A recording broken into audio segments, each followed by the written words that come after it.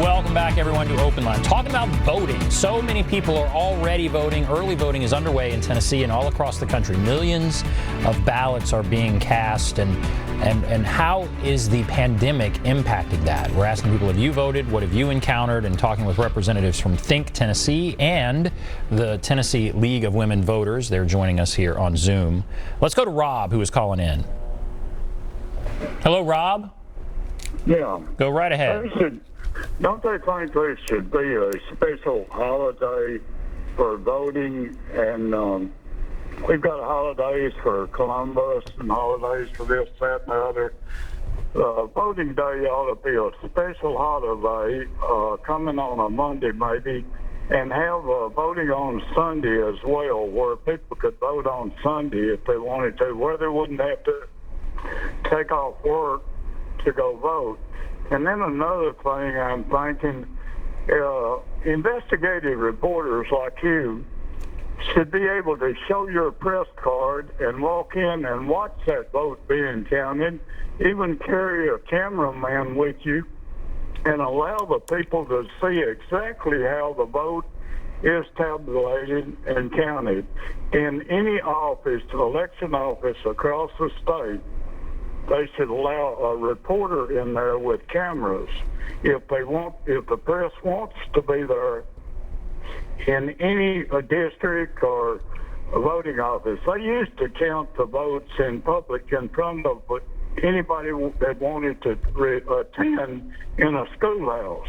Okay, let's talk about that. That's interesting, Rob. Thank you for both those. So, should there be a day off?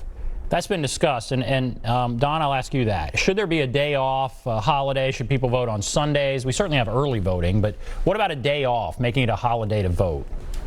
Yeah, so we're seeing that. I mean, a lot of states, a lot of localities, a lot of companies are kind of taking that policy and doing things like that for their employees or for their residents. So it's a localized idea, but it is one that sort of demonstrates the commitment to civic engagement. Like, this is the time that you, as an employee or resident, should be able to go and shouldn't have to worry about conflicts and time conflicts. So that's something that we're seeing sort of pop up.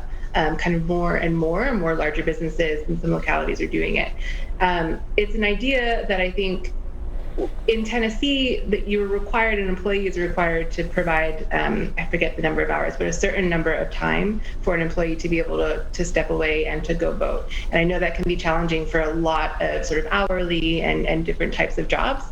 But to Rob's point about weekend voting, early voting, there are Saturdays in early voting. And so I think that's another reason I mentioned earlier that early voting is such a positive thing for the state. Saturday hours are available, if not in all counties, in most counties. And so I think it sort of is a workaround to that idea. And it does provide some hours outside of a work weekday, which is what we have at the moment. I personally love the idea of a holiday for voting. I think it sends a good statement, strong statement about the dedication to civic engagement and participation. But it's not something that we have here, but you can vote on Saturdays. Right. Okay, and Marian, his other point about, he says reporters should be able to go inside and watch the counting and report back to the public. You know, you kind of detailed what happens in that process. What can reporters go in there? How does that work? Well, my understanding is anybody that goes in while the absentee ballots are being counted has to stay for the duration because they don't want any vote totals leaked out until everything is counted and reported through official channels. So I suppose you could go in, but you'd probably be stuck there for the day.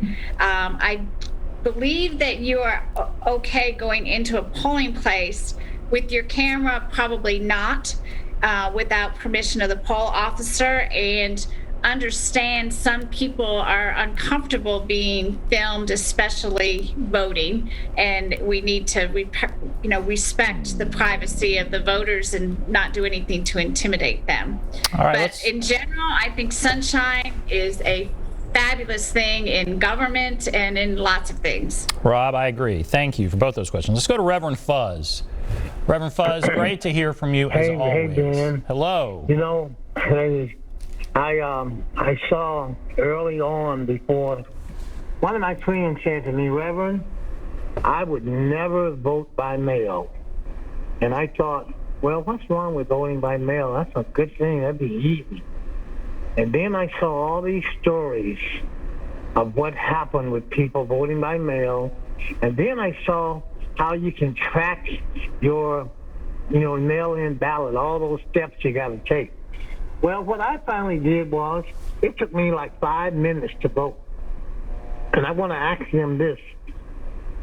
I heard one lady say she voted the first day.